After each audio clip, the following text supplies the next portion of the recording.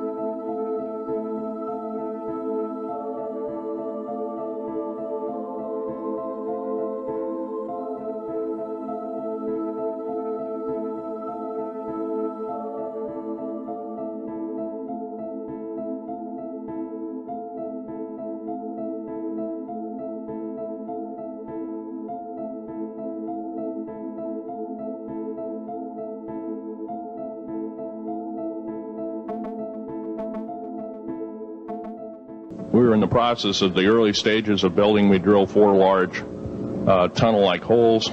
Some of them ran 2.5 miles under the surface. Number of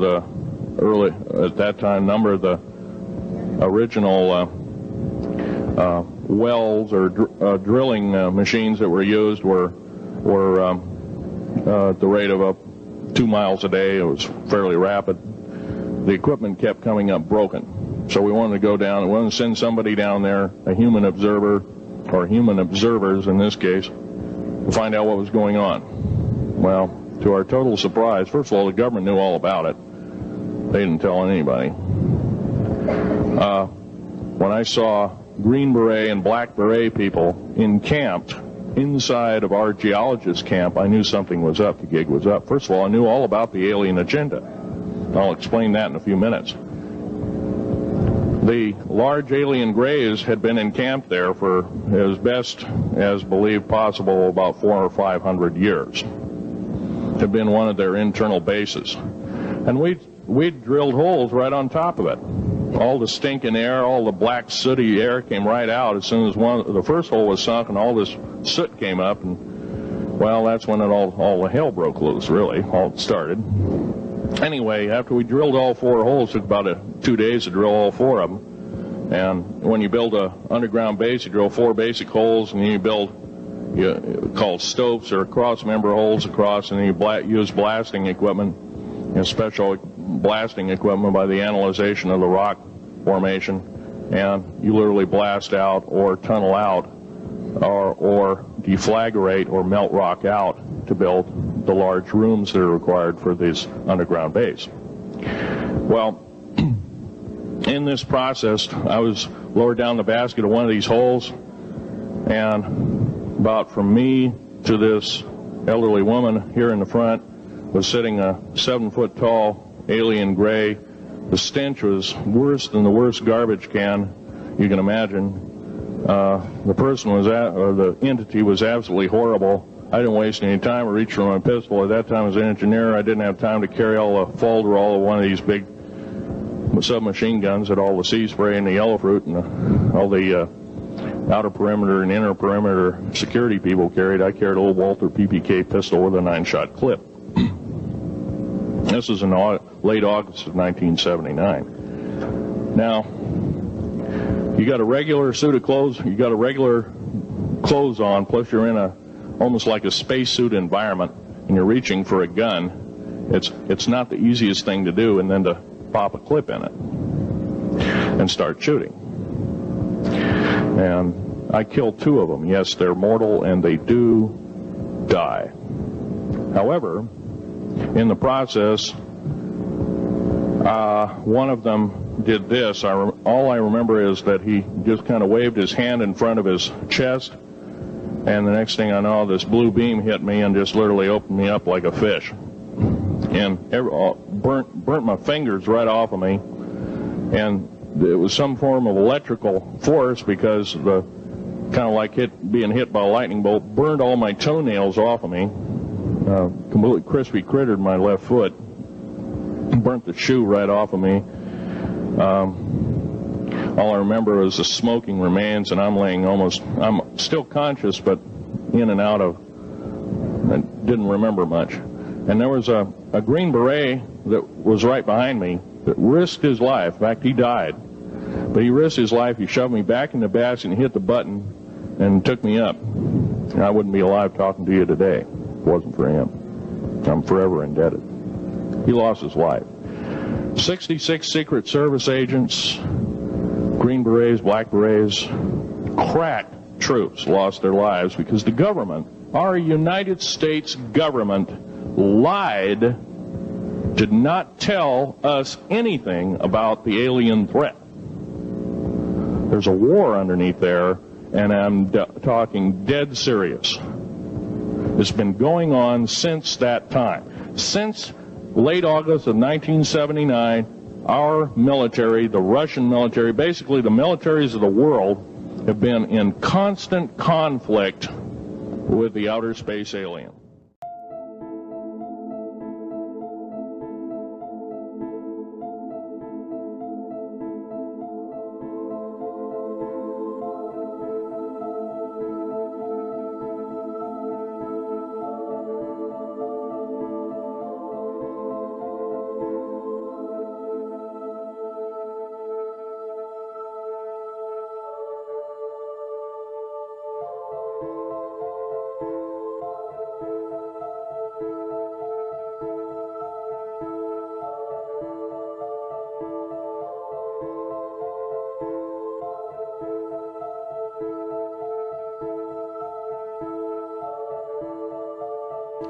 Is not an alien force already among us? It's already among us. It's already among us. It's already among us.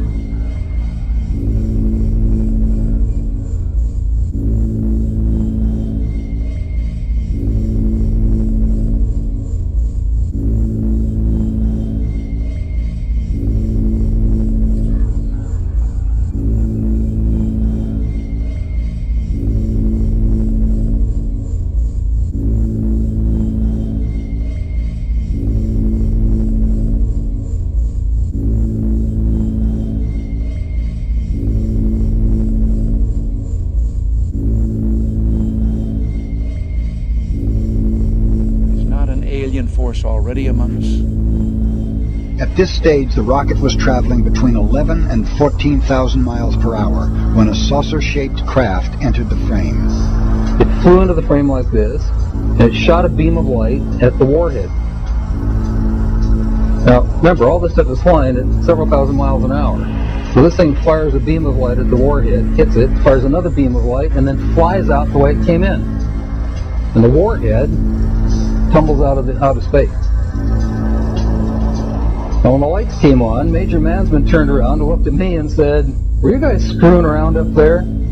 I said, "No, sir." And he said, "What was that?" And I said, "It looks to me like we got a UFO."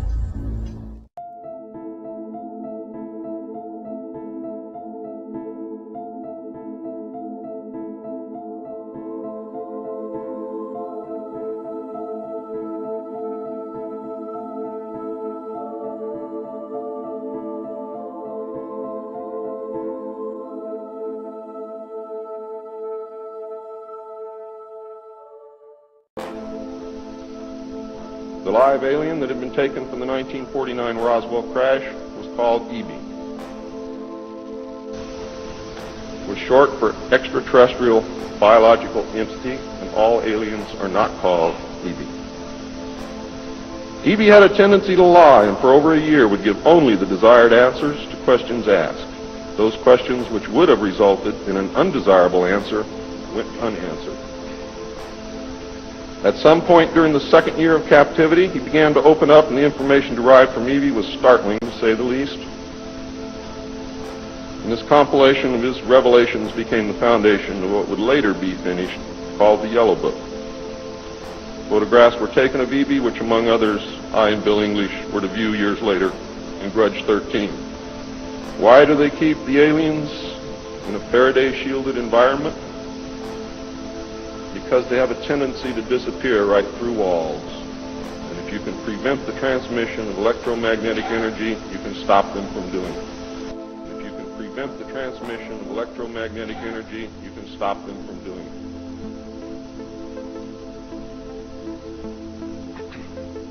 In late 1951, EB became ill. Medical personnel had been unable to determine the cause of EB's illness and had no background from which to draw. EB's system was chlorophyll-based, and he processed food into energy much the same as plants. Waste material was excreted almost exactly the same as plants. It was decided that an expert in botany was called for. A botanist, Dr. Guillermo Mendoza, was brought in to try and help him recover. Those of you who have been looking for him on medical lists will not find him there. He was a PhD in botany. Dr. Mendoza worked to save EB until mid-1952 when EB died. Dr. Mendoza eventually, according to the information that I read, became the expert on at least this type of alien biology. In a futile attempt to save EB and to try and gain favor with this technological superior alien race, the United States began broadcasting a call for help early in 1952 into the vast regions of space. If you know they're better than you, and if you know they can lick you, you better try and be friends with them. And that's what this effort was all about. The call went unanswered, but the project continued as an effort of good faith. President Truman created the super-secret National Security Agency by secret executive order on November 4th, 1952, and until recent years, there wasn't 1 in 50,000 people in the United States who even knew it existed. Its primary purpose was to decipher the alien communications and language and establish a dialogue with the aliens. This most urgent task was a continuation of the earlier effort and was codenamed Sigma. The secondary purpose of the NSA was to monitor all communications and emissions from any and all devices worldwide for the purpose of gathering intelligence, both human and alien, and to contain the secret of the alien presence.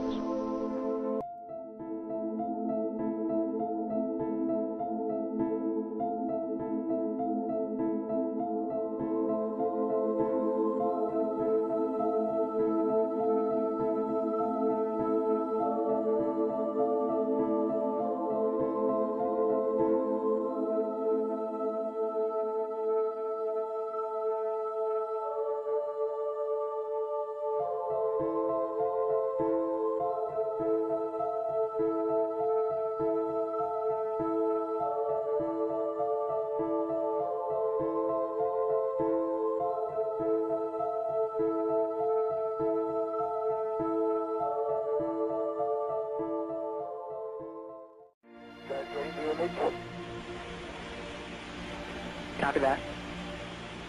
797 here, you are higher 8. Lots clear. 7, go ahead. Approach you at 10 o'clock high. This is Houston. Say again, 7. We have approach you at 10 o'clock high.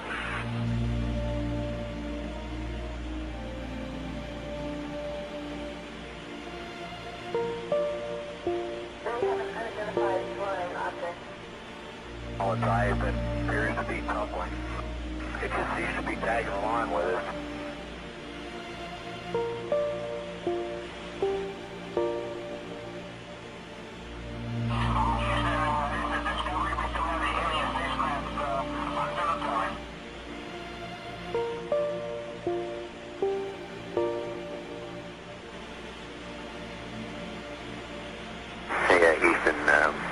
We got somebody out the front window with a pair of binoculars and a zoom lens. We're trying to get a pretty good idea on this thing.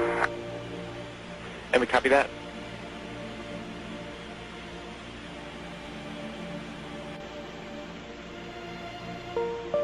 Okay, I don't know if you guys are still tracking it with the camera. Flight Max. Go. We just lost tire pressure on left outboard and left inboard, both tires. FYI, I've just lost 4 separate temperatures.